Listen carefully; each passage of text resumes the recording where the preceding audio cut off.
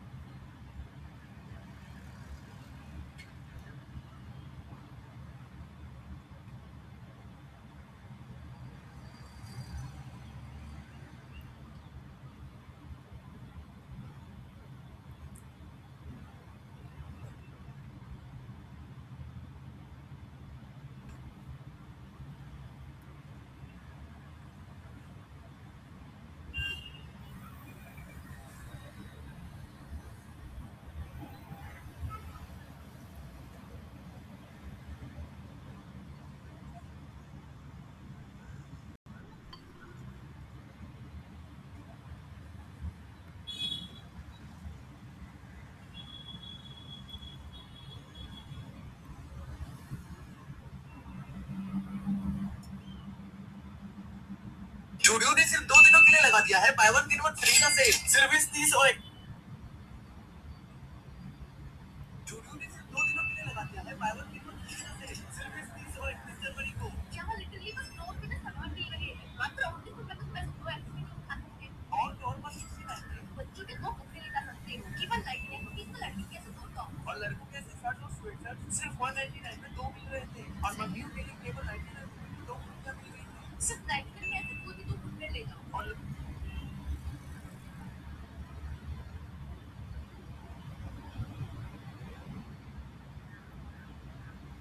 शर्मिंदा ये पैसों से भरा हुआ थाल आप ले जाइए। मामा जी, मामा जी आप ये गिफ्ट प्लीज ले जाइए।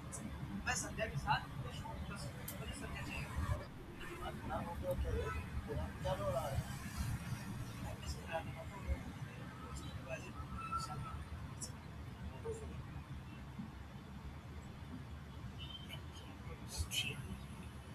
इसको ये देखिए आंखें नहीं बंद करी मैंने, इसकी आंखों में उंगलियां मारी।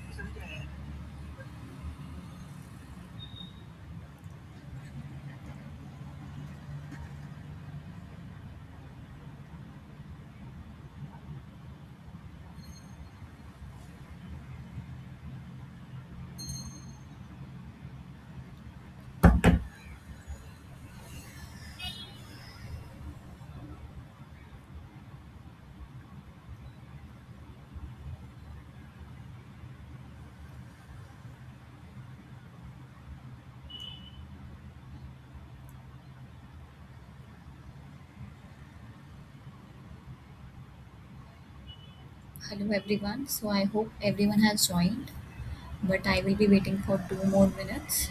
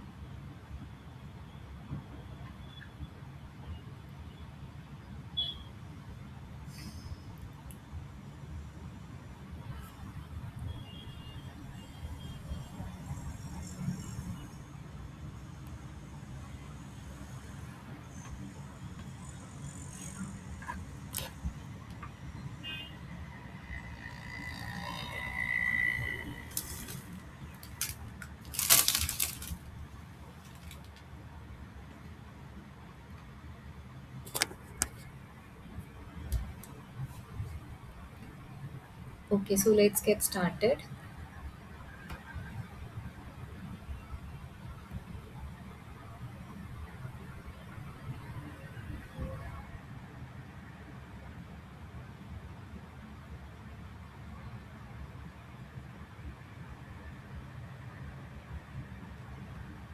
So is my screen visible to all of you?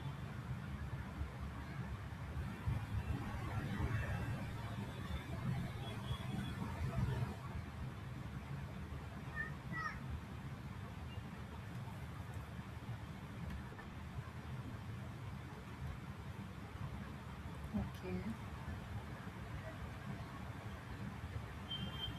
So am I audible to all of you? So let's get started with today's tutorial. So I am Simran, a fifth year PhD student from IIT Bombay and your PMRF teaching assistant for the course Medicinal Chemistry, which is running on NPTEL platform. And the course instructors are Professor Harinath Chakrapani from ISER Pune. So we are going to have a week 2 tutorial today. And in the previous lecture, I hope all of you have attended it. But if not, then please visit to my YouTube channel in which you can find the video from the last tutorial. So everyone was asking me in the last session.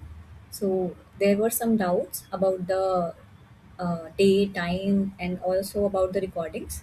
So I am making here clear that this this particular session with me is on every Saturday at 5 to 7 p.m. and we will be meeting on Google Meet. And in case if any network disruption is there, please wait for the few minutes. Do not leave until I will again join the session. And please ask your queries in the chat box or raise your hand if you don't understand anything in the lecture. And these slides will be shared with you guys as soon as possible, and also you can see the recordings. And please go through my YouTube channel, that is Simran NPTLTA, so you can find all the recordings of this tutorial, every week tutorial in that. And please make sure to attend every tutorial to understand the course better, so it will make your life easy as well as in mine. So all of you can correlate with whatever I'm telling you or whatever I'm discussing. So to like follow up, you can go to the YouTube channel if any one of you has not attended the last lecture. So is it clear to all of you?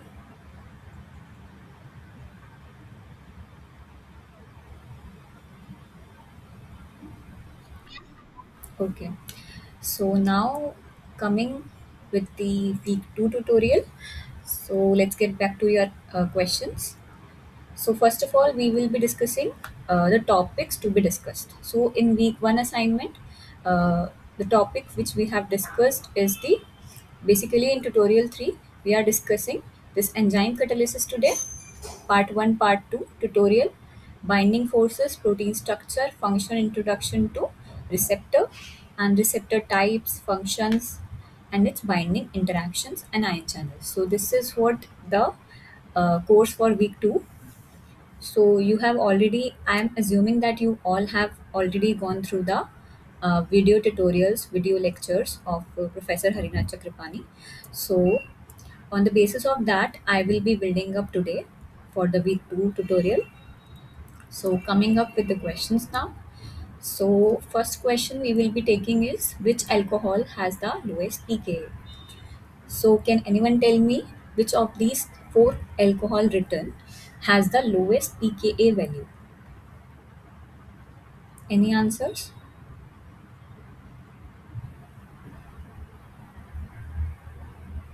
Okay, so first to understand this question, you need to know what is pKa, right? So pKa is nothing but the negative log of Ka. What is Ka now? It is the dissociation constant, right?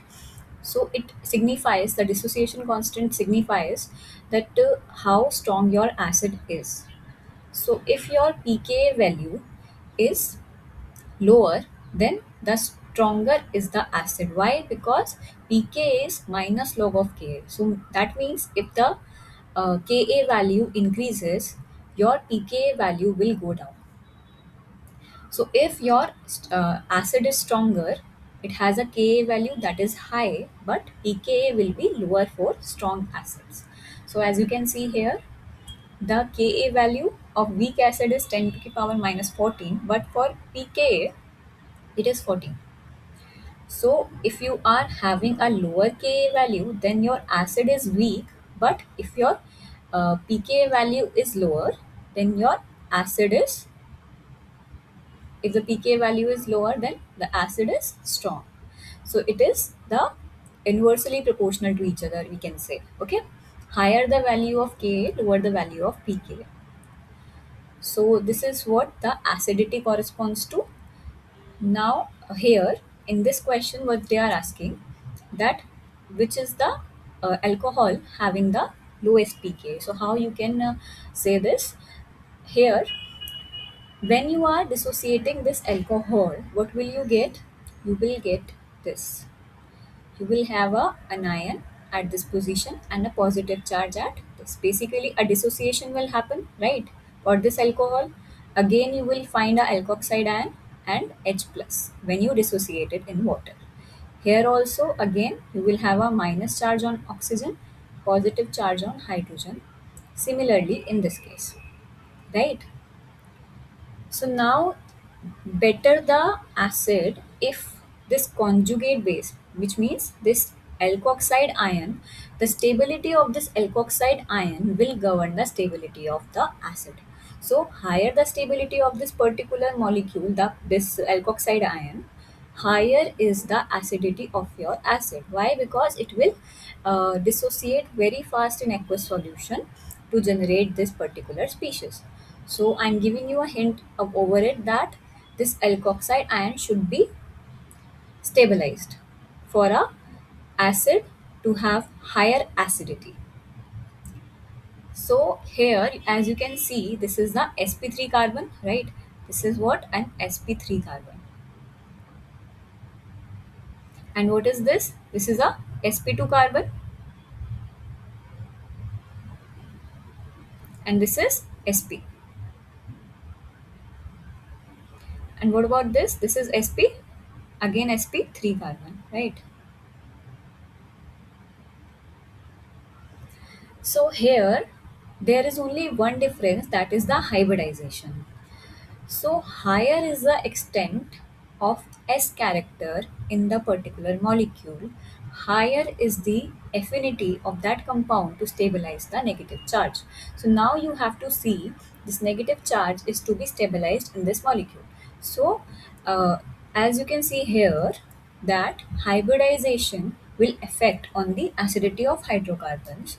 How? That if the in this sp hybridization, there is 50% s character, which will make it more electronegative. So it will withdraw the electron towards itself, and that is why the negative charge is stabilized in sp, and it is less stabilized in sp2, and it is least stabilized in sp3. So that is why the negative charge is much more stabilized with this 50% of S character. So hybridization is playing a role in affecting the acidity of hydrocarbons here. Is it clear to everyone? This much? Okay. So if it is clear now, just tell me that if this is the order of hybridization, and we have seen how hybridization affects the acidity. So just tell me which one of these molecule is stabilizing the negative charge highest.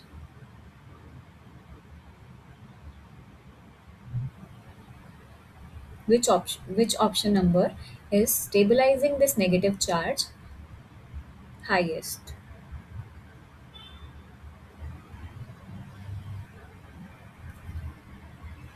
It's clear, right? This sp will stabilize your negative charge highest, then sp2,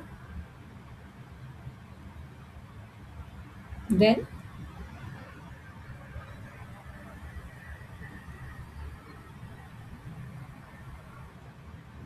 sp3. So now tell me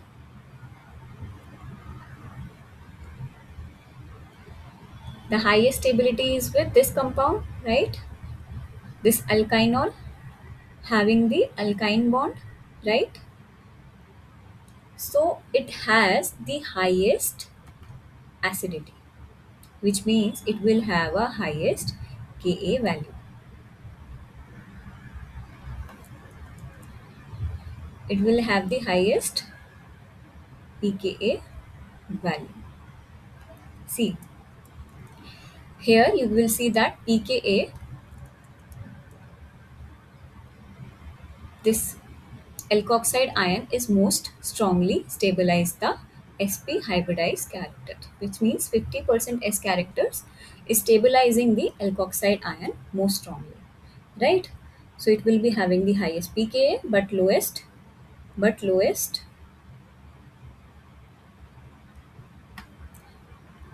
sorry, it would be K, right? It would be Ka. This is not pKa, this is K. So, if the negative charge is much more stabilized with this species, then we can say that it will dissociate much more rapidly in aqueous solution. And that is why this is the highest acidic alcohol present. So, highest acidity is there, which means that Ka value is highest, right? Acidity, I have told you that this Ka is the acid constant. So, if it is highest, then pKa should be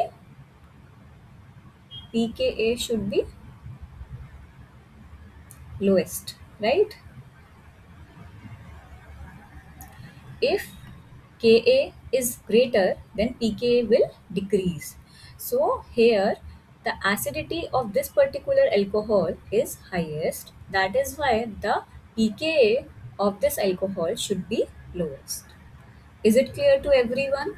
First of all, you need to see how your alkoxide ion, after the dissociation, there will be generation of alkoxide ion and H plus ion.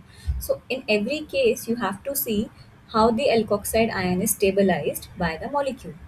So, higher the stability, higher is the acidity of that particular species. Why? Because the conjugate base stability decides the acidity of the particular acid or alcohol. So here the negative charge is highly stabilized in this case of C. That is why the Ka is highest but the pKa is lowest. So is it clear right now, everyone? Okay. Someone wants to join.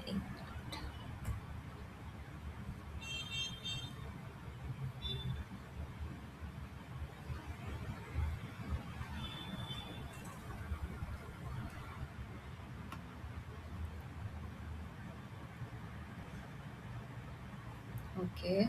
So if it is clear, then we will be going towards the next question. So in next question, they are asking which of the following is the correct acidity order. So these are alcohols. These three are the alcohols, methanol, phenol, and ethanol. So they are saying which of the following is the correct acidity order. So which is more acidic in between of these three? So first of all, we need to see the structure of these three. For that, it is the structure ethanol, methanol, and phenol. So you have to arrange it in the order of acidity. So how you will decide the order of acidity now? Similar to the previous case, what happens here? When you dissociate it in water, what will happen? There is a alkoxide ion generation plus H plus ions in each of the three cases. And now you have to see which one of them is stabilizing that alkoxide ion the highest, and that compound would be having the highest acidity, right? Similar to the previous case. So now just tell me, if I have the negative charge after the dissociation on these three alkoxides, so which one of this negative charge is much more stabilized? So among these three, the negative anion is stabilized highest in which case? Can anyone tell me?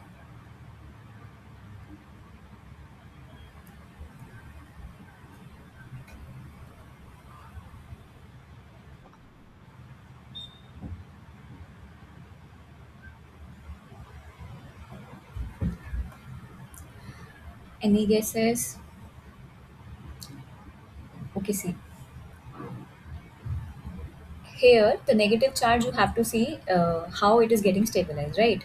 So, as you can see here, there is a conjugation which is present in the case of phenol, right? In the case of phenol, there is a conjugation. And due to this conjugation, which is not present in the case of methanol and ethanol, there is a hyperconjugation that is present in both the cases, but the delocalization is only there in this case. Means resonance stabilization is there in the case of phenol, which is giving it an extra stability.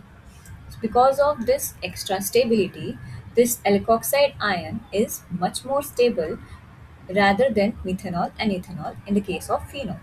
Okay, so because of the resonance, we are having the highest acidity in this case.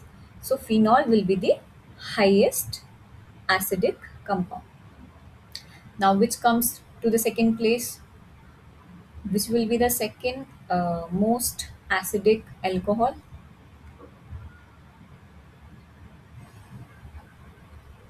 among these ethanol and methanol? Now,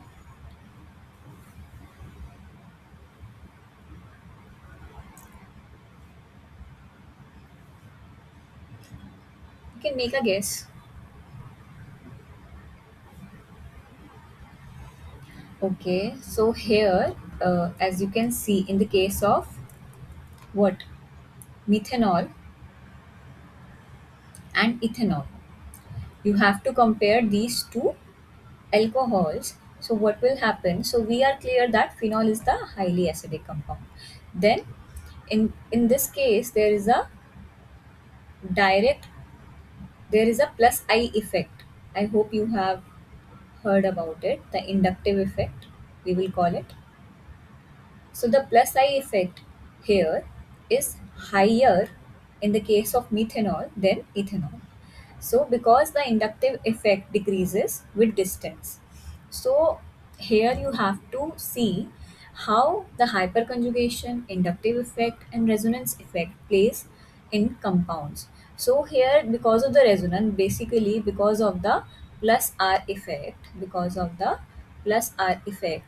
you are seeing that this is the highest acidic compound. And after that, here, as you can see, there is only the alkyl group which is present in both the cases. So hyperconjugation as well as the inductive effect will come into play now. So, if the inductive effect has to be concerned, then you remember that inductive effect decreases with distance. So, there is a increase in the distance between this oxygen and this carbon rather than this carbon. So, that is why this methanol is exerting a higher plus I effect to stabilize this particular anion. Okay, so that is why you will see here that the order is phenol, methanol, and ethanol. Phenol is most acidic due to the resonance, and among aliphatic alcohol, methanol is more acidic than ethanol. So, is it clear to everyone? The answer. If there is any doubt, please ask me.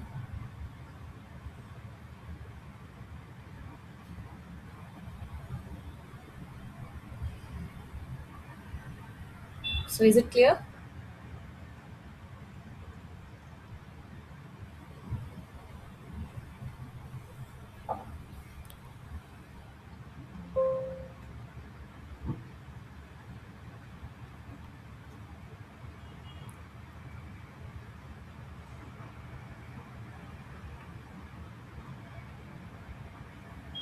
So I'm assuming that it is clear to everyone because no one is responding. So now coming to the next question. Here also you have to identify the order of acidity among these alcohols. So again you have to follow the basic scheme of whatever I have told you till now. So methanol, trifluoroacetic, basically this alcohol, and this isopropanol, isopropyl alcohol. So tell me which would be having the highest acidity, according to you. Again, the similar concept of alkoxide ion stabilization. So, can anyone tell me now which one will be more acidic? See, uh, you're not audible. Can you just speak? What, what are you saying? C option. Okay. Anyone else?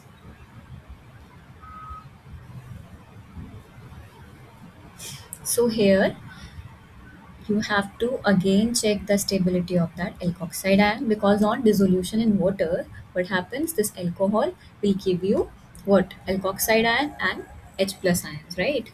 So here the negative charge is again stabilized by there are only alkyl groups, right? There is no conjugation which is present, only the alkyl groups are there. So as you can see here, that this negative charge is stabilized by additional CF3 group. So fluorine is an electronegative atom, right? Everyone knows it. So if it is an electronegative atom, what it will do? It will attract the electrons towards itself, right? So if it will attract the electron towards itself, that means there is a pull of electron density towards this CF3, which is giving the additional stability to this particular compound.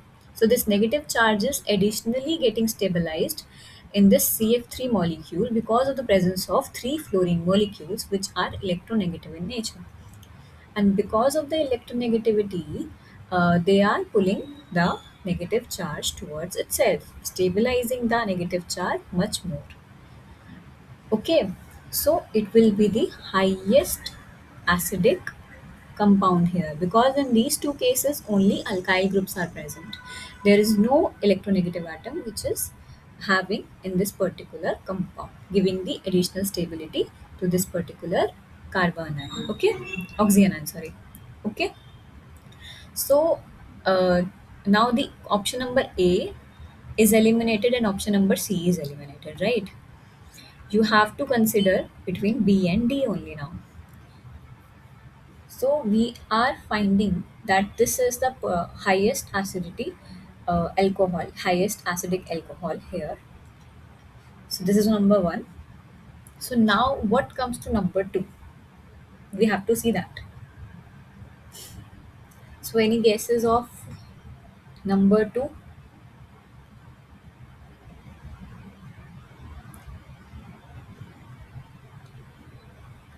So again the similar concept which we have D.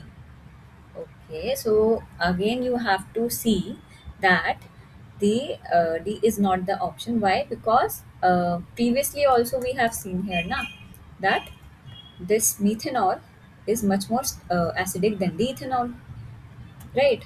Similarly, here also you have this isopropyl group present, which means that you have a carbon, you have a methyl here, you have a methyl here, you have a methyl here, and this is alcohol, right?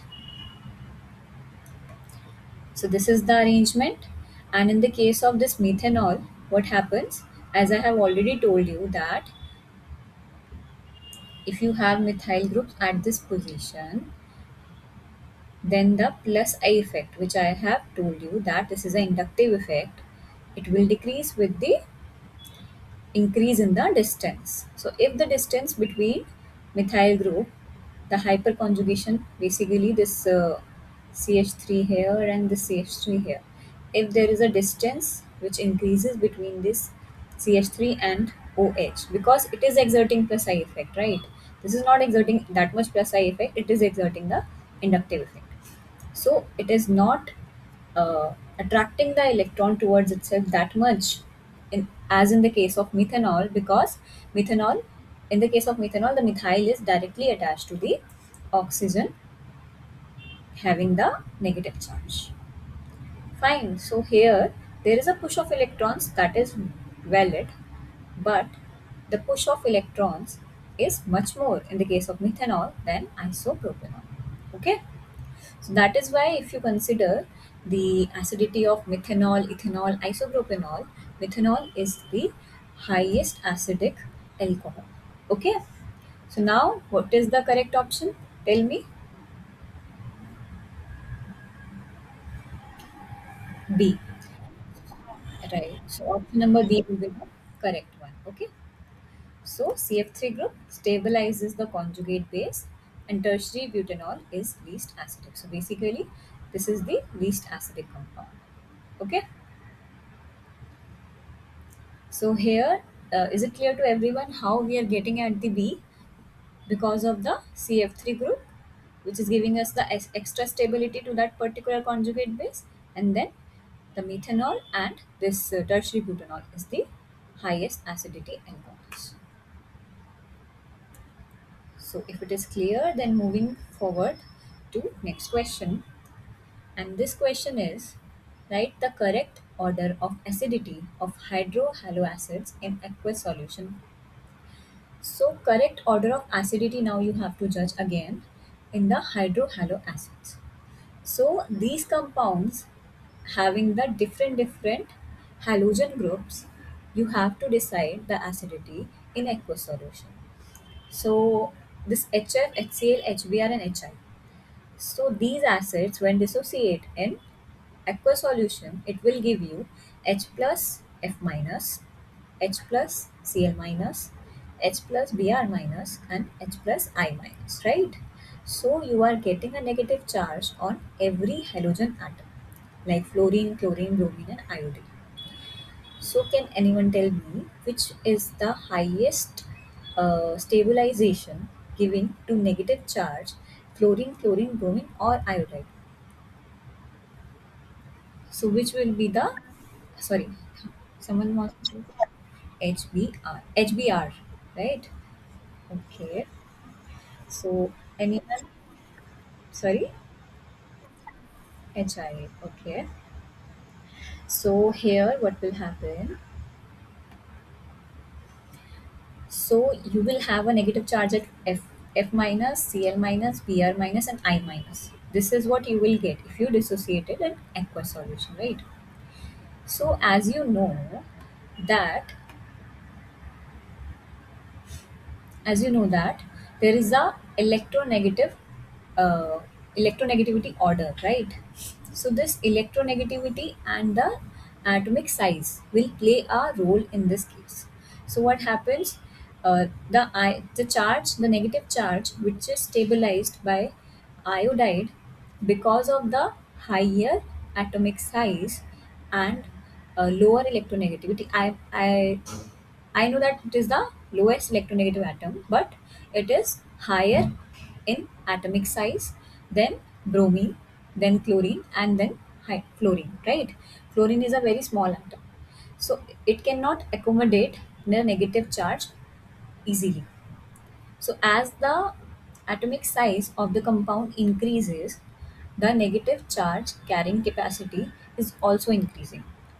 So, if the negative charge carrying capacity is increasing, then you can say that yes, it will dissociate very rapidly because now the negative charge is stabilized.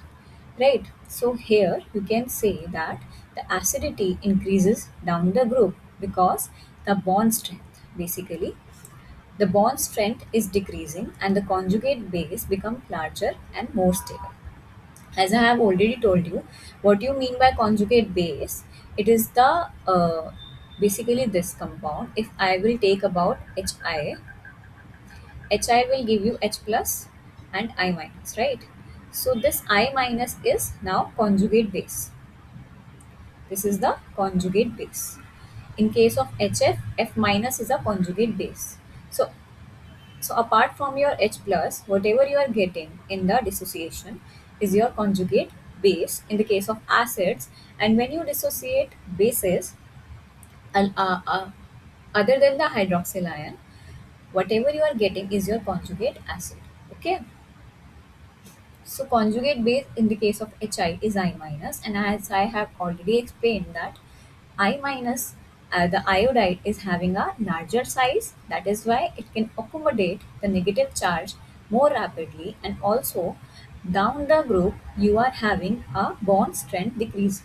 So I being a higher atomic size group, it will basically lose the Hi bond. The Hi bond length will get increased down the group, and that is why it can also dissociate very rapidly.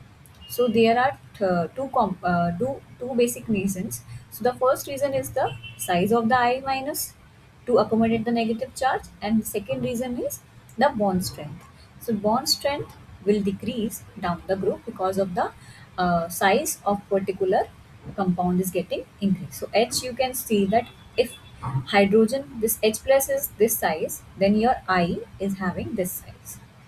So that is why there is a bond length which is getting increased as you are going down the group. Okay. So because of the increase of the bond length, the bond strength is decreasing. Because bond length, if it is increasing, the bond strength is decreasing. Bond length and bond strength are inversely proportional to each other. Higher the bond length, lower is the bond strength.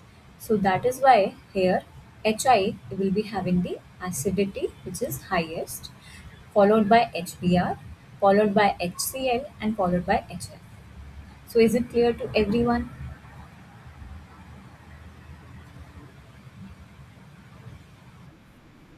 Okay.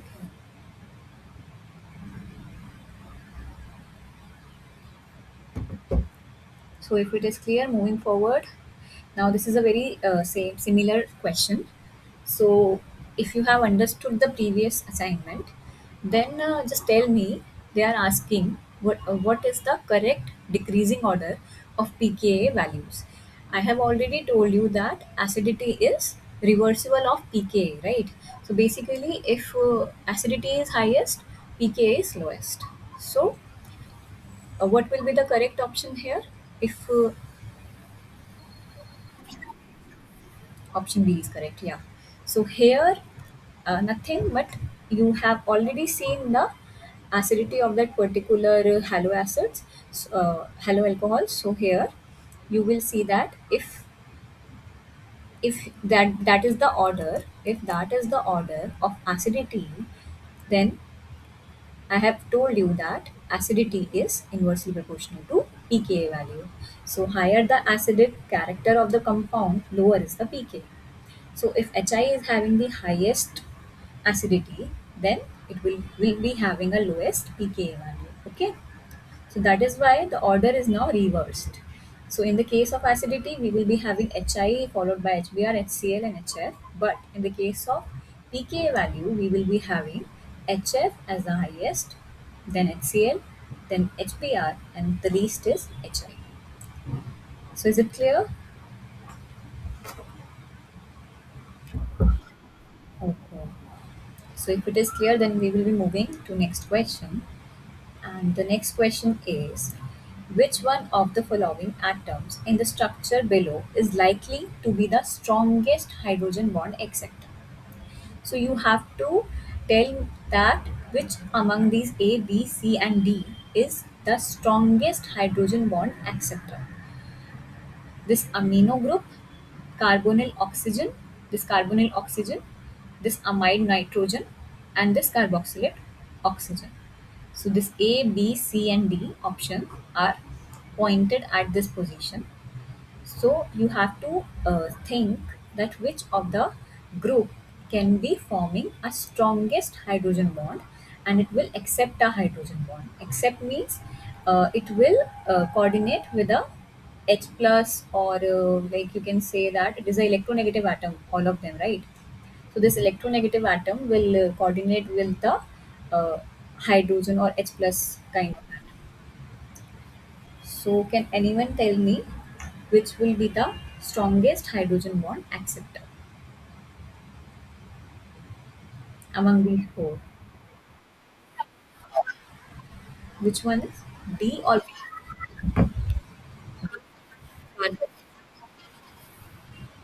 One by one, what are you saying? Carboxylate oxygen. Okay. Any other answer? Okay. So here, as you can see that the hydrogen bonding affinity is very much based on the electron density of the particular hydrogen bond acceptor. Okay, higher the electron density on the compound, higher is the capability of the hydrogen bond acceptor. So as you can see here, there is a lone pair of nitrogen which can participate in hydrogen bond. Here there is a lone pair of oxygen. Here also the lone pair of nitrogen. But in case of D, it can form two hydrogen bonds. How? The lone pair of oxygen is also available and this carboxylate oxygen is also available, right? So there are two heteroatoms which can coordinate to the H plus or hydrogen atom. Here you can form a single hydrogen bond basically through the nitrogen. If it is the hydrogen bond acceptor I'm talking about, not donor. If it has to accept the hydrogen bond, then it should be having a electron density present. So it will form one hydrogen bond. It will again form one hydrogen bond. It will again form the one hydrogen bond. But in the case of carboxylate, it will form two hydrogen bonds simultaneously. So that is why it is the strongest hydrogen bond acceptor. Okay. So is it clear?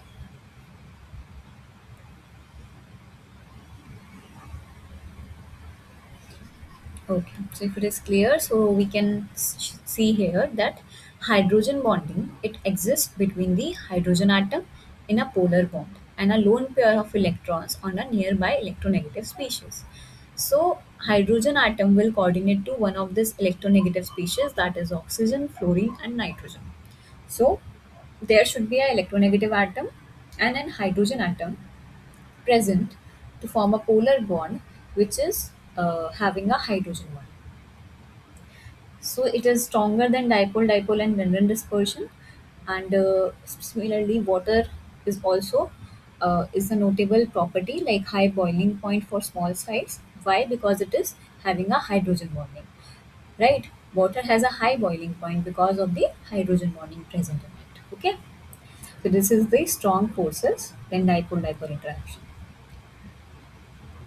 So now coming to the next question, which functional group can act as both hydrogen bond donor and acceptor? So ether, ester, alcohol, tertiary amine. So they are asking which functional group can act as both hydrogen bond donor, which means having a electron dense electronegative atom, and also it can act as a acceptor, which means it can coordinate to a electronegative atom, right? So which one of them I have drawn this? Like this is the ether, this is the ester, this is alcohol, and this is the tertiary amine. So can anyone tell me which one of the compound is having both the tendency? Alcohols. Okay. Any other answer?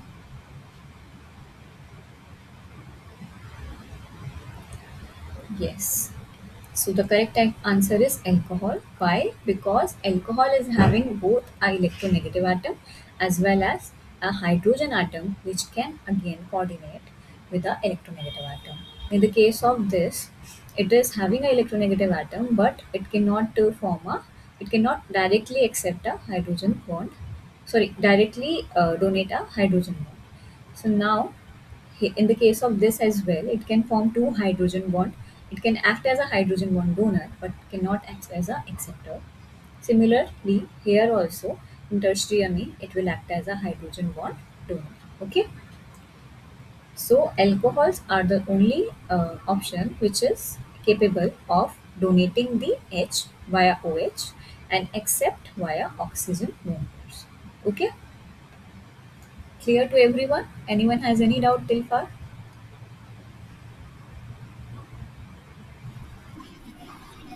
Okay, then moving towards next question. So now they are asking which drug property decreases with increasing hydrogen bond donors. So basically you have to answer here which drug property decreases when the hydrogen bond donors are increasing. So basically if there is higher hydrogen bond donors present, then then the molecule should be what? Then the molecule is hydrophilic, hydrophobic, what it is.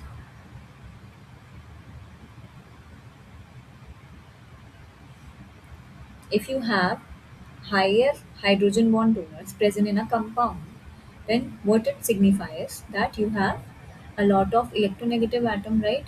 You have polar groups present, right? Then only you will generate a dipole. So they are asking which drug property decrease it with increasing the hydrogen bond donors. The options are solubility, receptor affinity, lipophilicity, and molecular weight. So what did you think is decreasing?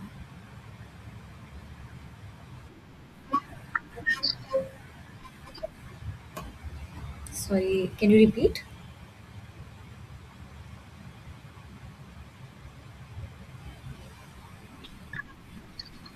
Lipophilicity, C option. Okay. So you are saying that lipophilicity. Okay. So all of you to have to understand this. Just think about it that you have a compound which have groups like OH, right? This is the hydrogen bond donors, right? You have group like NH2,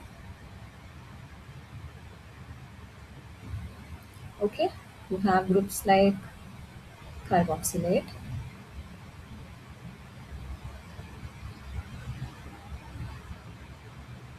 this one, right?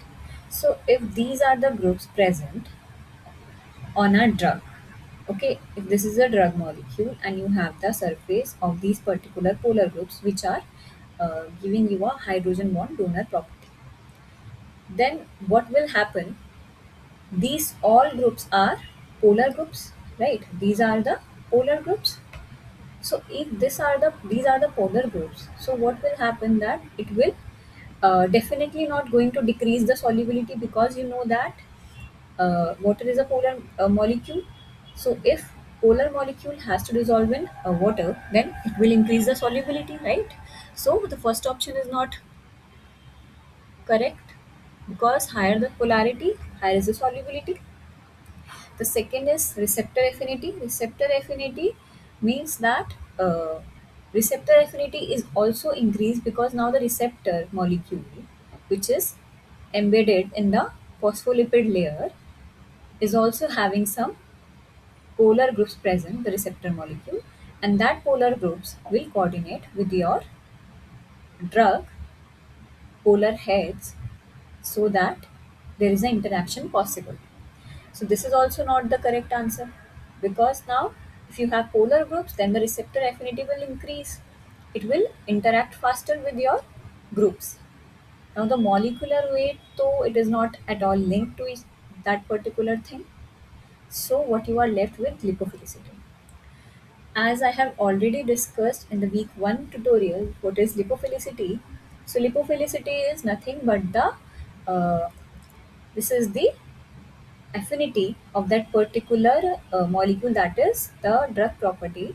Basically the phospholipid layer is having two hydrophilic and hydrophobic groups, and lipophilicity is its affinity towards the lipids, basically towards the hydrophobic groups.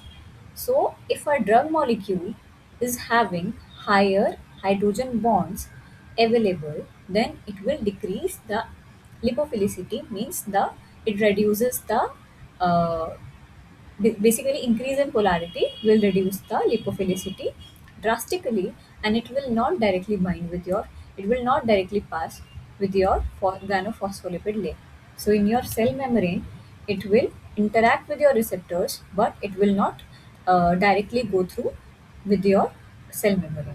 So basically it will not go through inside your cell membrane with higher affinity if the lipophilicity decreases. Okay, so polarity increase is reducing the lipophilicity. Okay, is it clear to everyone?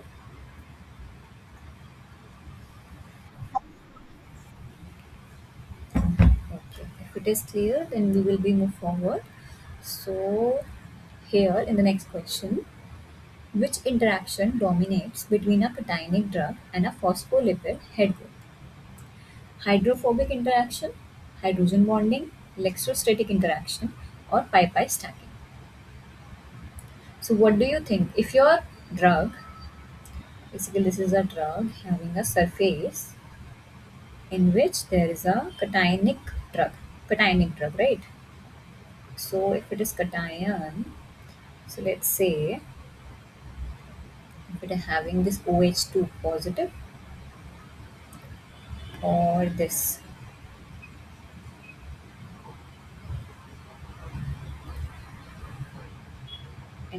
NH4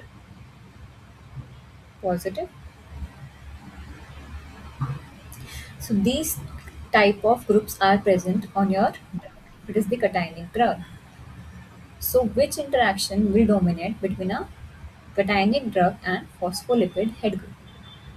So what will be the kind of interaction? Is it a hydrophobic interaction, hydrogen bonding, electrostatic interaction, or pi-pi stacking? So which kind of interaction is available with this particular compound? Can anyone tell me which interaction will be feasible with this phospholipid layer and this cationic drug having these kind of moieties present?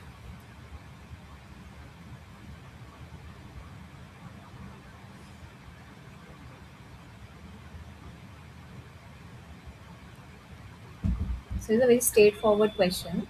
See guys, if you have a cationic drug, basically you have a charged species present on your drug surface.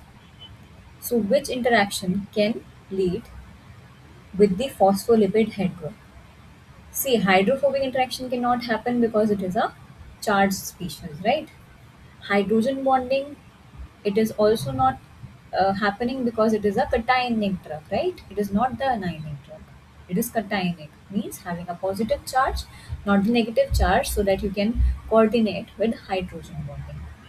Next is the pi-pi stacking. See, pi-pi stacking is nothing, but if you have this benzene ring, let's say, if you have this benzene ring, and these groups are present on your drug molecule, and let's say this is again a benzene ring but having another side chain. Let's say it is having NH2.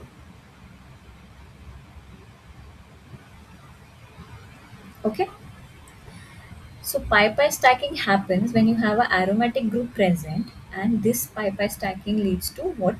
That this is the double bond, it is interacting. This double bond is interacting, basically it is interacting with the double bond of the another ring. So if it is interacting with this double bond, so this stacking, basically this interaction is known as pi-pi stacking. Okay, so the interaction between two aromatic groups is aromatic group double bonds is known as pi-pi stacking. Okay, so this is interacting with each other through pi-pi stacking. So is it possible in this case, this drug molecule, if it having these cationic molecule present, is it possible in this case? No, right? It is not possible in this case because it is not having any aromatic group present. It is only having the cationic species. So if it is not the hydrophobic interaction, as you are having the charged species, it is not the hydrogen bonding because you are having a cationic drug, not an anionic drug, so that this O minus, so you can correlate with any hydrogen atom, but it is a cationic species, so you cannot form a hydrogen bond. So it is not a pi-pi stacking because it is not a aromatic compound. So what you are left with? Ionic interaction, right? So it is clear because here, if there is any group having that, see if you have on the phospholipid layer, if you have this group present, so it will coordinate with this, right? This is a cationic anionic interaction, and this is known as what? An ionic interaction. This is an ionic bond, right? So that is why it is possible if you have a cationic drug, so you can make a electrostatic interaction with phospholipid head groups. So the answer is question C. The phospholipid head groups, phosphates basically, are negative charged. So the phosphates are negatively charged, allowing the electrostatic interaction with positively charged drugs. So is it clear to everyone?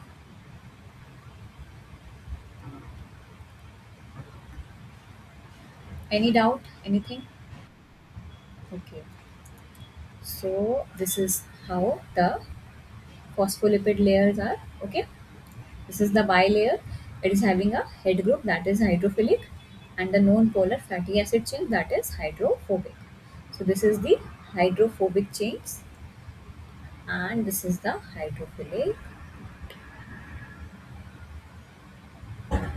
Is it clear to everyone? This is how it is looking in the cell membrane. So in the next question, it is similar. So it is saying that which part of the phospholipid bilayer participates in hydrogen bonding? The fatty acid tails, cholesterol rings, polar head group, and hydrophobic core. So it is a very straightforward question. Can anyone answer it? Which part of the phospholipid layer will participate with hydrogen bonding?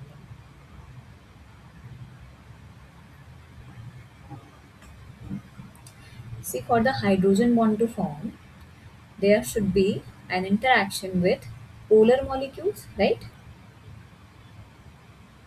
Which means that you have an interaction with H, here H, and there will be the interaction with the oxygen. Okay. So in phospholipid bilayer, the part which participates in the hydrogen bonding is not the fatty acid tail. Why? Because it is hydrophilic in nature. If it is hydrophobic in nature, if it is hydrophobic in nature, it is not participating in the attraction. Cholesterol rings, no, because it is also non-polar cholesterol. Hydrophobic core, as I have already mentioned, the hydrophobic tails are not participating. Then what you are left with is polar head groups. Why? Because this is a polar interaction. There is a dipole which is getting generated in the hydrogen bonding, and it will coordinate only with the head groups because it is polar in nature. It is hydrophilic. So polar head groups having the phosphate, choline, serine can form hydrogen bond with the functional groups. So is it clear to everyone? Any doubt? Please ask me.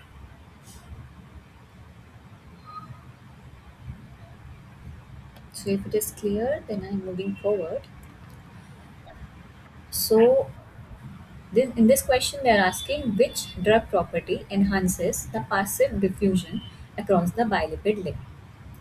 High polarity, high number of hydrogen bonds, moderate lipophilicity, and permanent charge. So they are asking if you have to cross the lipid bilayer. So basically, the cell membrane, if you have to pass the cell membrane, if you have to go inside the cell membrane, so which drug property will enhance the diffusion? So which drug property will increase the chances of the drug to pass into the cell membrane? Is it the high polarity, high number of hydrogen bonds, moderate lipophilicity, or permanent charge? What do you think it could be?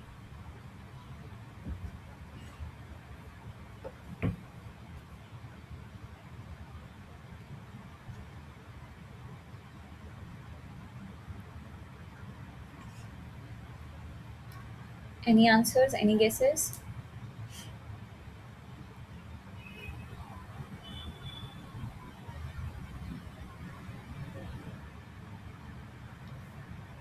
Okay, see, I have already told you that these are the hydrophobic groups. So I think I don't have that okay here. So I have already told you that this is the polar head group, okay? And this is the non-polar fatty acid chains which is present inside the cell membrane. So if the drug is having a high polarity means having the high polar groups. So if it is having the polar groups, it will interact with the polar head, right? It will interact with the polar head. And if it is interacting with this polar group, then it will not pass through the cell membrane. It will only accumulate at the surface of the cell membrane. Now the next, so it is not acceptable here, this high polarity.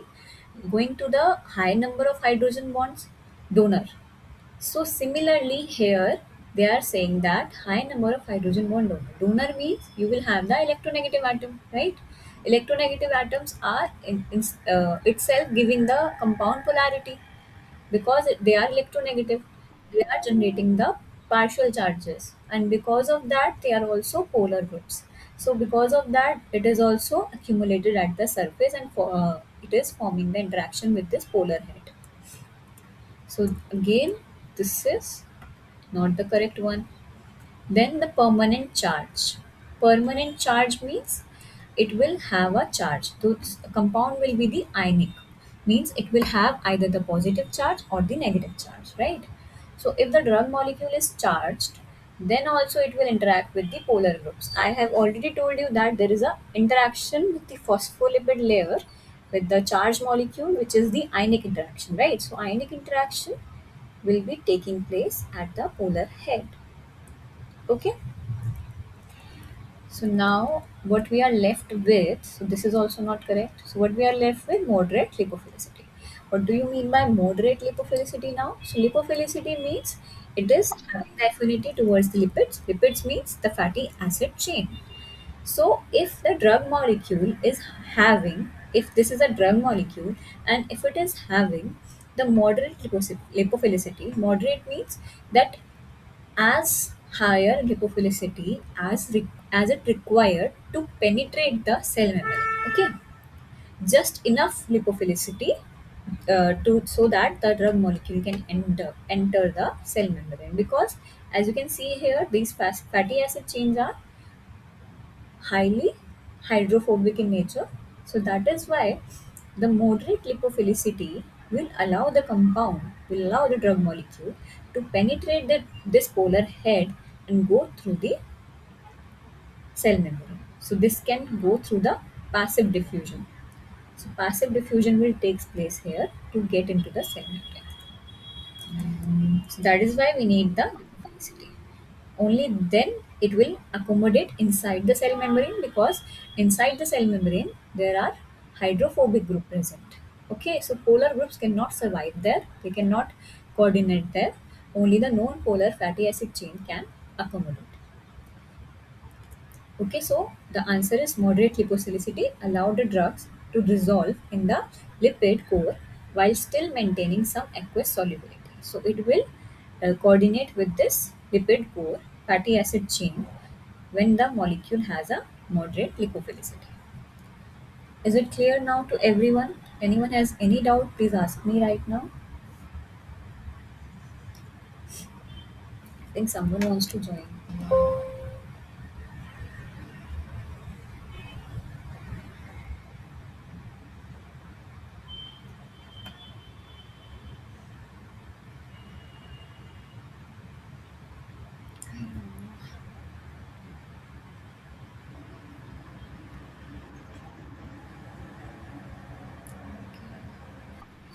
Actually, I am not seeing through this particular chat box. So, if anyone has any doubt, please raise your hand either, or please speak out so that I can understand.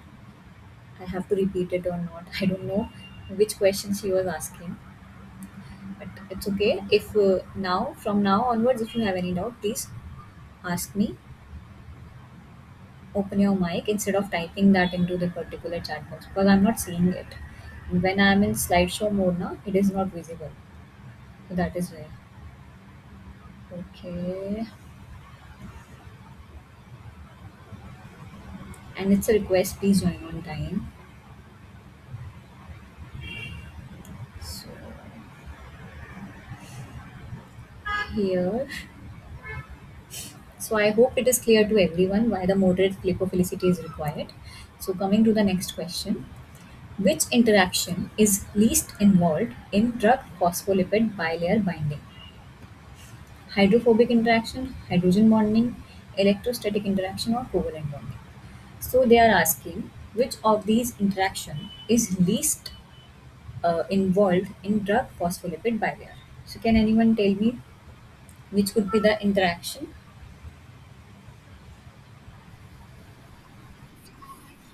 Yeah, option B. No, no, it's covalent bonding. Yeah, it is covalent bonding. Why? Because as I have already told you in week 1 lecture that the interaction which are involved in this particular drug phospholipid chemistry are non-covalent interactions. And non-covalent interactions are hydrophobic interaction, hydrogen bonding, electrostatic interaction. These are the non-covalent interaction. But there is no interaction that has a covalent bond, right? So covalent bonding is not at all required in drug phospholipid binding. So drug membrane interactions are non-covalent. Covalent bonding would damage the membrane because once formed it cannot be broken, right? It cannot be broken. Covalent bond is very strong bond, so that is why this covalent bonding is not at all played in drug phospholipid bilayer chemistry. Okay, so all interactions are weak interactions, weak non-covalent interactions like hydrophobic, hydrogen bonding, electrostatic interactions. Okay, if someone told you that the covalent bonding isn't applicable in drug membrane chemistry, it is not, because once it is formed, it cannot be broken that easily. Okay, so is it clear?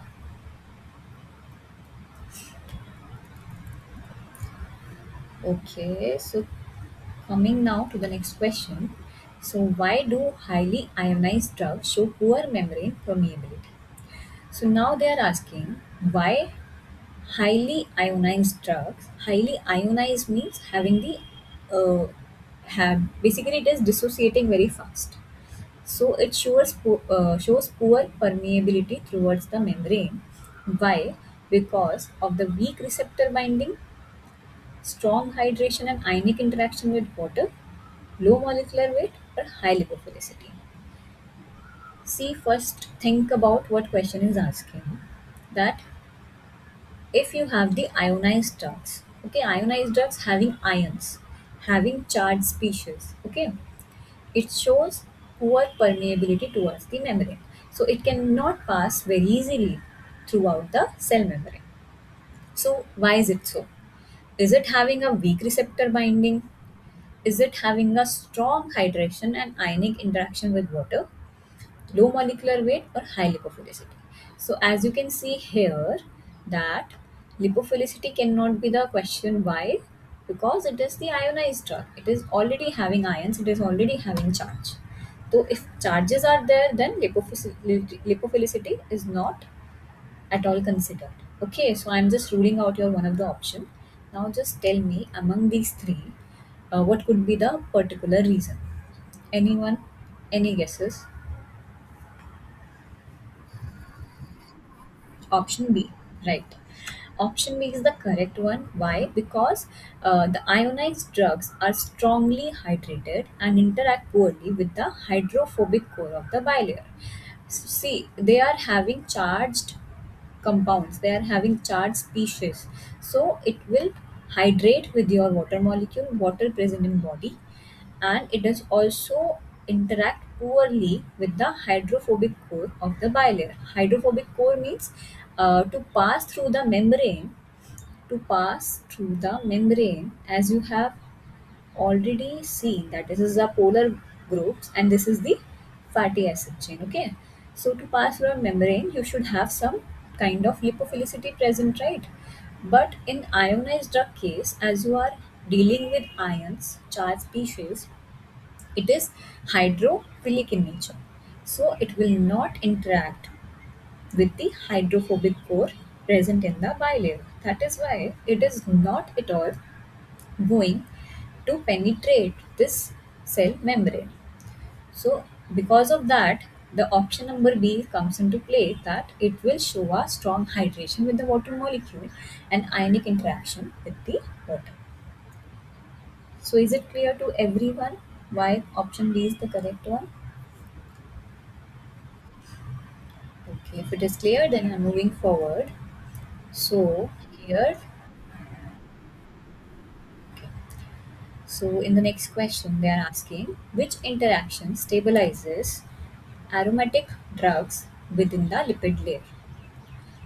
So, which interaction stabilizes the aromatic drugs within the lipid bilayer? Is it the ionic bonding? Is it the pi-pi stacking and the van der Waal interactions, hydrogen bonding, and covalent bonding? So, can anyone tell me which interaction could stabilize this aromatic group within the bilipid layer?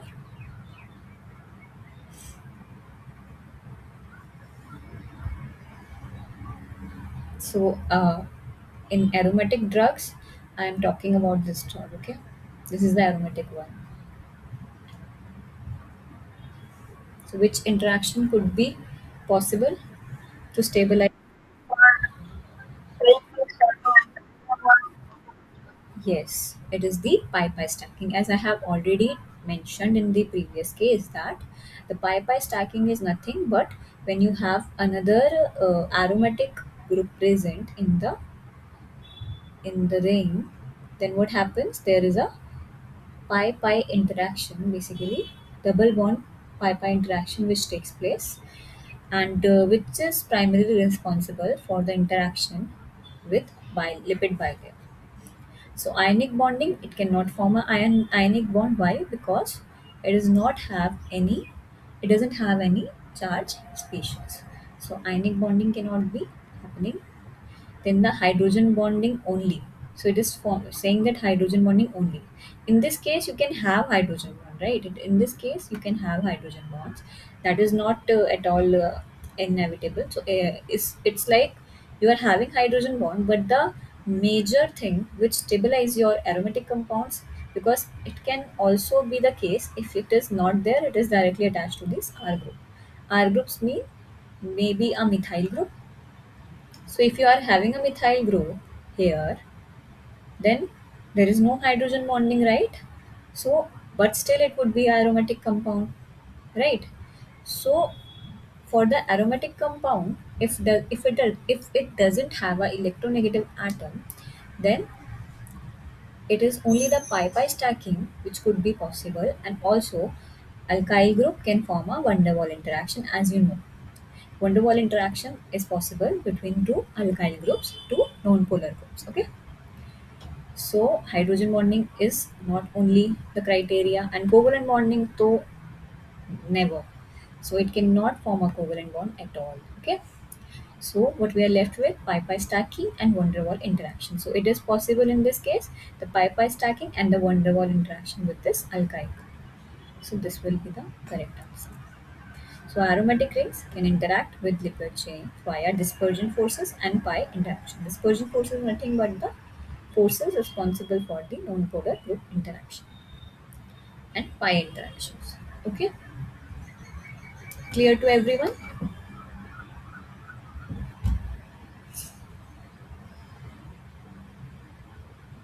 So if it is clear, then I am moving forward. So now enough of this lipid bilayer. Now we will be talking about enzymes now. Okay. So it is saying that the enzyme active site is best described as a rigid pocket with fixed shape, a hydrophobic cavity, a dynamic region complementary to the substrate, or a site where covalent bonds permanently form. So, what do you think describes the enzyme active site best? Can anyone answer? Option C. Okay, so one by one we will be going through the option. So, first of all, it is saying that a rigid pocket with fixed shape. It is having a fixed shape, the enzyme active site. It is having a shape, but it is not fixed, or it is not a rigid pocket. It can also alter. Okay, so this is not the correct option. Next is it is the hydrophobic cavity only. No, it is not a hydrophobic cavity at all. So it can be hydrophobic, hydrophilic, because the groups which are present on the enzyme active site decides that. So next is the a dynamic region complementary to the substrate. Yes. So basically the enzyme active site is dynamic. What do you mean by dynamic? It can change the shape according to the substrate. So it is a particular active site which is complementary to the present substrate. So it is a dynamic region. And the next is a site where covalent bonds permanently form. See, in our body, there are no covalent bonds. If covalent bond is forming, then it cannot be reversible. Like it requires a higher amount of bond energy dissociation to cleave that. So in body, there is no covalent bond which is forming. So you're left with this a dynamic region complementary to the substrate. So answer C is the correct answer. So this is a active site is a flexible and it adapts its shape to the substrate. Okay, it adapts the shape of the substrate, enabling the optimal binding and catalysis. So basically, it will ensure that the highest catalysis is possible. Okay, so is it clear to everyone?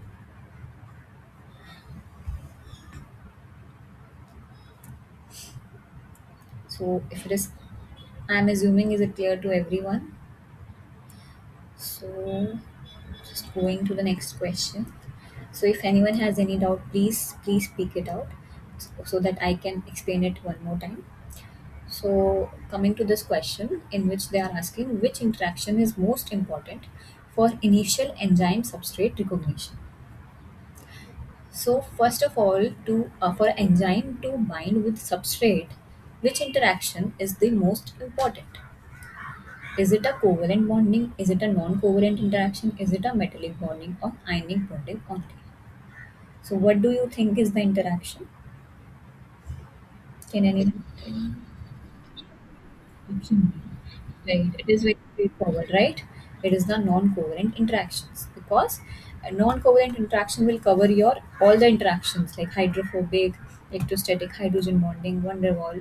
So that all are non-covalent interactions. So it is the most important interaction which initially forms the enzyme substrate recognition.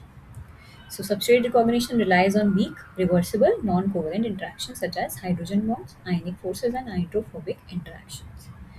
Okay, coming to the next question. In medicinal chemistry, competitive inhibitors bind at allosteric site, cofactor site, active site, or protein surface. So to answer this question, first of all, you need to know what are the competitive inhibitors, right?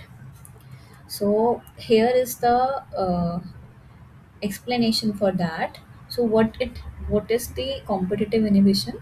So it is a inhibitor basically that binds to your active site of the enzyme irrespective of the substrate binding, and it prevents your substrate from binding the active site. So instead of the uh, substrate, it will bind with your active site of the enzyme, blocking the active site of the enzyme, and it doesn't allow the substrate to bind through the active site and show the catalysis. So it is inhibiting your substrate to bind with the active site of the enzyme. So this is why it is known as inhibition. Basically, it resists the substrate to bind with the active site. And this is the competitive. Why? Because there is a competition between this inhibitor and the substrate to attach to the active site of the enzyme. So basically, if this is the enzyme and this is the substrate, then what happened? This inhibitor having similar kind of arrangement than the substrate, it it fixes at this particular active site and it doesn't allow this particular compound to attach to the active site and show the catalysis. So this is how there is an enzyme inhibitor complex which is forming instead of the enzyme substrate complex. So inhibitor binds to the active site, so that means there is no reaction because now it is directly blocking the active site of the enzyme. So this is known as competitive inhibitors and this is known as competitive inhibition. Okay. So now coming back to the question. So in medicinal chemistry, they are saying competitive inhibitors bind at which of the following site? Allosteric, cofactor, active or protein surface? What do you think now? Option C, active site. So it will bind to the active site of the enzyme and it resists the substrate to get coordinated with the active site of the enzyme. Okay. So these competitive inhibitors resemble the substrate. Is it is very important. See, this resembles the substrate. So the so basically their shape resembles the substrate shape, and it then fits to the active site of the enzyme, and it compete for the active site, increasing the apparent Km. Okay, so basically these are competing with the substrate to get onto the active site of the enzyme. So is it clear to everyone what is competitive inhibitor, how it is inhibiting the substrate binding with the enzyme?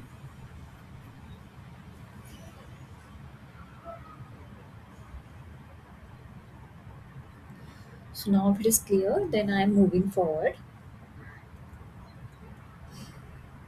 Now in this question they are asking which type of interaction stabilizes the transition state most effectively. So option is substrate substrate interaction, covalent enzyme substrate interaction, enzyme transition state interaction, or solvent substrate interaction. So what they are asking is which type of interaction stabilize the transition state most. So this transition state stabilization, which interaction is responsible for the stabilization of the transition state among these four. So I think I should be explaining this first and then we'll let you answer. So this enzyme substrate, first of all, what happened?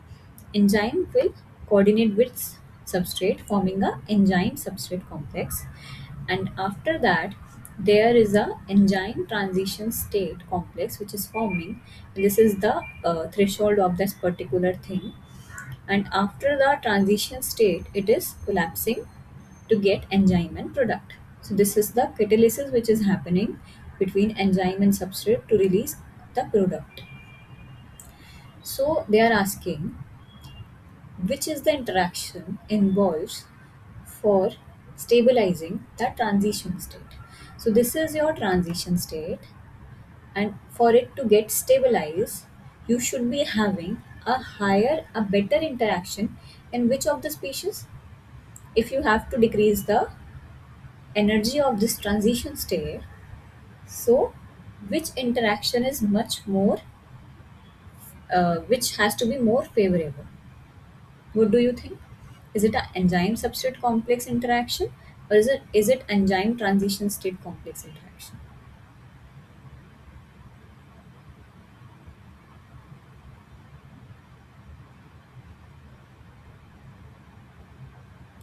Okay, so this is basically the energy for free energy for the activation which is required. Huh? This is the activation energy of the enzyme. So if enzyme is not used, the activation energy is like this. The gap is so much high. But if you are using the enzyme in the catalysis, the activation energy goes down. As you can see here, it is going down. So that is why we use enzyme in the reactions to increase the rate of reaction and decrease the activation energy of the reaction. So for decreasing this activation energy, there should be a higher interaction between enzyme and transition state complex, so that the transition state is much more stabilized. So if you have to answer this, you need to first know about this thing which I have explained here. So there should be an interaction which is enzyme and transition state interaction that should stabilize your transition state most. So if enzyme lower activation energy by preferentially stabilizing the transition state, not the substrate. So basically, if you are having a higher interaction between enzyme and the transition state, then you will preferentially have a lower activation energy. The energy of your activation will go down, and you will be stabilizing your transition state more. Okay, so it is the enzyme transition state interaction rather than substrate substrate covalent enzyme interaction or solvent substrate interaction. So is it clear to everyone the graph which I have showed? If you have any doubt, please ask me.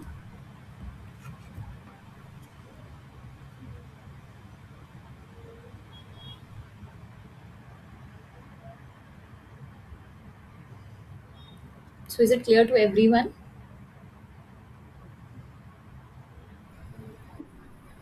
Okay, it's clear. clear, then I'm moving forward. Now someone is joining.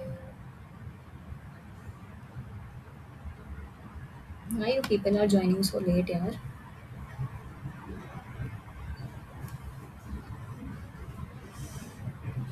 Please join on time.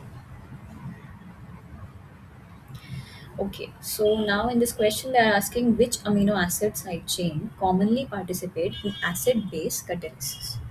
So is it the valine, histidine, leucine, and phenylalanine?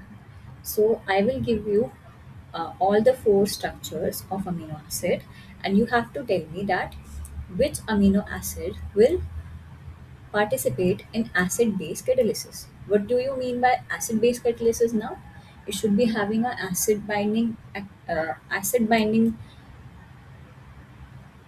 atom or base binding atom present on it. Okay. So these are the four structures of valine, histidine, leucine, and phenylalanine. So you have to tell me that which one will act as a acid base, better will act as a acid base catalysis. So can anyone tell me?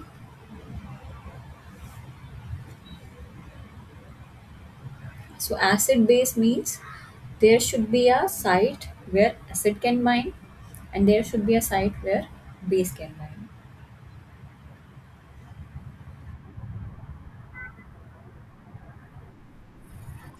Histidine, right?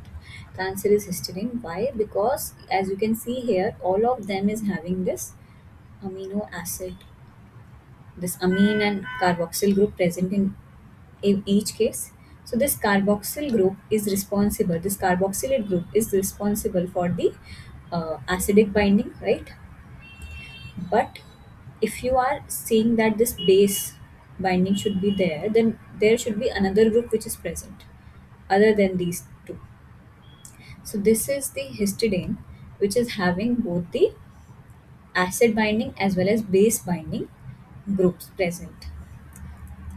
So histidine can donate and accept protons near physiological pH, making it ideal for acid-base catalysis. So it can donate and accept proton. How it will donate proton? It will donate proton from here. How it will accept proton? It will accept proton from here. Okay. So this is how histidine will act as acid-base catalyst. So is it clear to everyone? Okay. Then moving forward. So here they are asking why are enzyme substrate interaction reversible? To increase the binding strength, to allow the product release, or to reduce the specificity, or to stabilize the enzyme structure. So they are asking why the enzyme substrate interactions are reversible. They will eventually get deconnected, right? So why is it reversible? Yeah, to allow product release. See, I have already showed this graph, right? So here, when the enzyme substrate complex is forming, now it is converting into the enzyme transition state complex, and after that, it is getting deconnected, right? It is breaking. Why is it breaking? Why? So that the enzyme can release the product. So enzyme can release the product. So that is why here the answer is B, to allow the product release. So reversibility ensures product release so that enzyme can catalyze multiple cycles. Because if enzyme stick to the substrate, it will not allow the product to get released. Then enzyme cannot participate again in the catalysis. Okay, so it will not catalyze the multiple cycles. It will just get stick to the substrate. Then your reaction will not happen. So is it clear to everyone? So if yes, then I'm moving. Okay. So I think this will be the last question for this session. So in this question, they are asking which model best explains the enzyme flexibility during binding. Lock and key model, induced fit model, collision model, and transition state model. So what do you think is best explaining the enzyme flexibility during binding? So what do you think? Which is the correct option? Lock and key model. Okay. Any other answer than that? See, here they are asking lock and key model is right, but what happens here that they are asking which best explains the enzyme flexibility during the binding. See, there is a difference between lock and key model and induced fit model. So, when you are talking about the flexibility of enzyme changing its active site, then you are talking about the induced fit model rather than the lock and key model. So, I will explain what is the difference between these two models. So, first of all, here this answer is induced fit model because it explains the conformational changes in enzyme upon substrate binding. Okay, so how now it will coordinate with that? So see, induced fit models says that when there is a substrate and it will fit to the active site of the enzyme. So what happened? The substrate enters the active site. Now the enzyme complex forms. This complex form when there is a slight change in the shape of the enzyme. So as you can see here, the enzyme active site doesn't have exactly same shape than this substrate, right?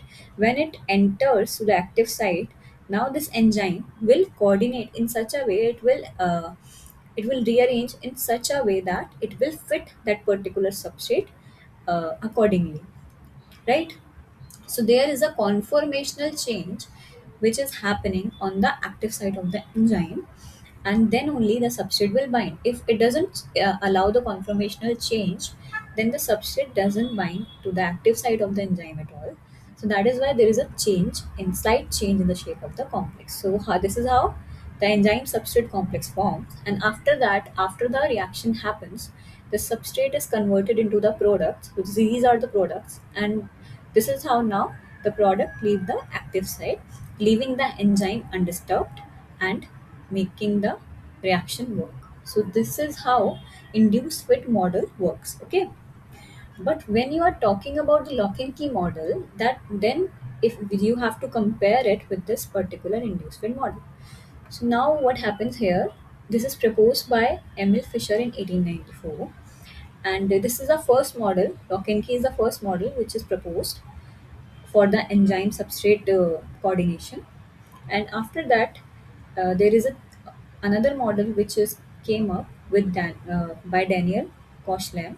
It is the induced fit model which comes in 1958. Okay, so what lock and key model suggests that this enzyme active site is rigid and preformed.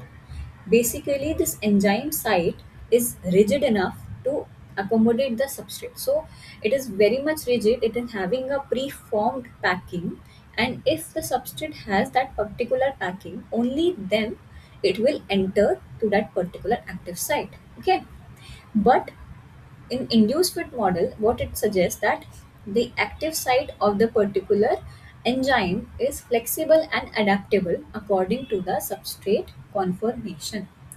So, induced fit model talks about the conformational change and flexibility of the enzyme active site, whereas lock and key says that it has a rigid conformation and it will not change for the after the substrate binding. So the binding mechanism in lock and key model is substrate fits exactly like a key in a lock. So like you have a lock and this the lock has a particular key. The lock has a particular conformation for key to get inserted. So that is how the lock and key model is designed. So basically that lock cannot cannot alter the particular conformation of that hole in which the key has to insert. Okay. But in the case of induced fit model, the substrate induces a shape change in the enzyme. As I have already graphically depicted you that how the active site shape is changing when the substrate is coming towards it. So in lock and key model, conformational change doesn't happen, and it is in this particular model, it is the essential step. So Emil Fisher doesn't include the he doesn't consider the conformational change, but Daniel Koshland, when they came across with these kind of enzyme active site which are actually flexible enough, so then they told that it is an essential step for the enzyme substrate binding. So, in specificity terms, it explains basic specificity and it explains the high specificity and efficiency. So, basically, if the enzyme is changing the shape according to the substrate, it is bringing the high efficiency and high specificity for that particular thing. Then, the transition state stabilization is poorly explained in this model and it is well explained in this model. So the current acceptance, if we talk about, it is largely outdated, but it is widely accepted. So now you can see that how first lock and key model is getting largely outdated and poorly explained, and instead of that model, nowadays we will focus more on the induced fit model because it is very well explained and it is actually widely accepted model. Okay, so if anyone talks about the enzyme substrate binding model, which is the best explaining, is it is the induced fit model. Uh, I am well aware that it is the lock and key model, which is the primarily basis of that enzyme substrate combination. But because they have some of the limitations, some of the lacking, that is why induced fit model came into the picture by Daniel Group, and it is now the widely accepted model. Okay. So this is the basic difference between lock and key and the induced fit model. So both of the models are applicable, but now induced fit model is much more widely accepted. Okay. So is it clear to everyone? Okay. If it is clear, then we will be wrapping up today. So this is it for that. So this is it for today. We will be meeting in the next session. I hope this session is clear to everyone. If any one of you has any doubt regarding any of the question in the slides, please came back to me, and I will answer that in the next session. If you're not comfortable in talking, then just mail me or whatever thing you can do. Like mail me, I can answer your queries there, or just ask me in the next tutorial. That would be the best. So if don't think you are asking only the question, because sometimes people don't ask question.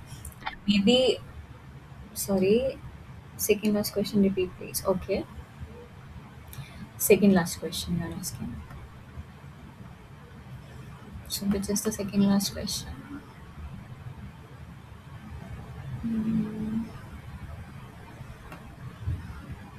So this question you are talking about, the why are the enzyme substrate interaction reversible?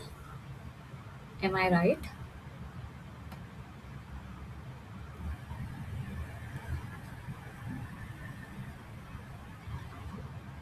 Sujata, is it this question which you are asking?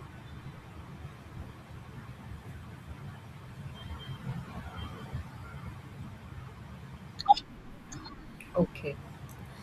So see, this is asking why our enzyme substrate interaction are reversible.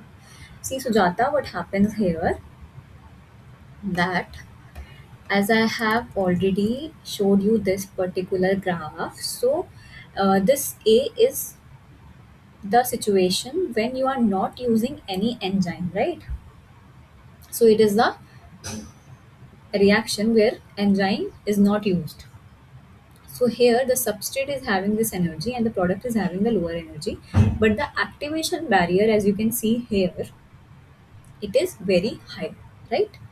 And the second situation is when you are using an enzyme. So the activation barrier now here, it is getting drastically low, right? When you are using the enzyme. So basically enzyme is catalyzing your rate reaction, and the rate of reaction is getting higher and the activation energy is getting lower. So now coming back to the question, so they are asking why the enzyme substrate interaction are reversible. See, if your enzyme and substrate interact with each other, forms a enzyme substrate complex, right? If it doesn't, uh, and now if they are converting it into the product, but if it is not at all detaching with each other, as you can see here. So here, what happens? Substrate binds with the enzyme, right? it will catalyze the reaction, forms the product. But now, if it is not at all detaching with your enzyme and it is now fixed with your enzyme, so just tell me how come you will get the product out of your enzyme? You will stuck with your enzyme substrate complex only. You are not having this particular species, you are not having this particular species, right? You are just stuck with this particular step. So now what happens? It has to have a reversible interaction. Why? Because to ensure that the product is forming as well as the enzyme is also returning to their uh, previous stage to catalyze another set of substrate. So there is not only one substrate going into that particular enzyme, there are 150 of substrates going into this particular enzyme catalyzing the reaction, right? So if your enzyme is stuck with one substrate, then how come it will be available for the 55 substrate which are coming into the way of this particular enzyme? And also you are not getting the products, right? So to ensure that the product release happen, you have to think about the reversibility of this enzyme substrate complex. If it is not reversible, if it is stick together, it is not breaking at all, then you are not getting the product formation as well as you are not recovering back your enzyme as well, right? So that is why in this question they are asking why are the enzyme substrate interaction reversible? Because reversibility is important. Why is it important? Because now enzyme will detach with substrate to keep the product as well as enzyme is now available for the next catalytic cycle. So that is why the option B is the correct one to allow the product release. Is it now understood?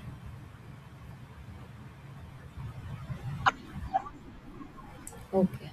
So if it is understood now, I'm just stopping the lecture here. I hope everything is clear to everyone. So I will be stopping for today. We will be meeting in the next coming week, Saturday, 5 to 7. I will be uploading this particular recording to my YouTube channel. Please have a look at that and don't now join now. I don't want to join anyone right now. I'm just ending the session. And from next time onward, please be on time so that we can focus on more questions rather than just admitting people. Okay, so thank you so much for joining, and we'll see you on the next Saturday. Thank you. Thank you. Thank you so much. Thank you. Thank you.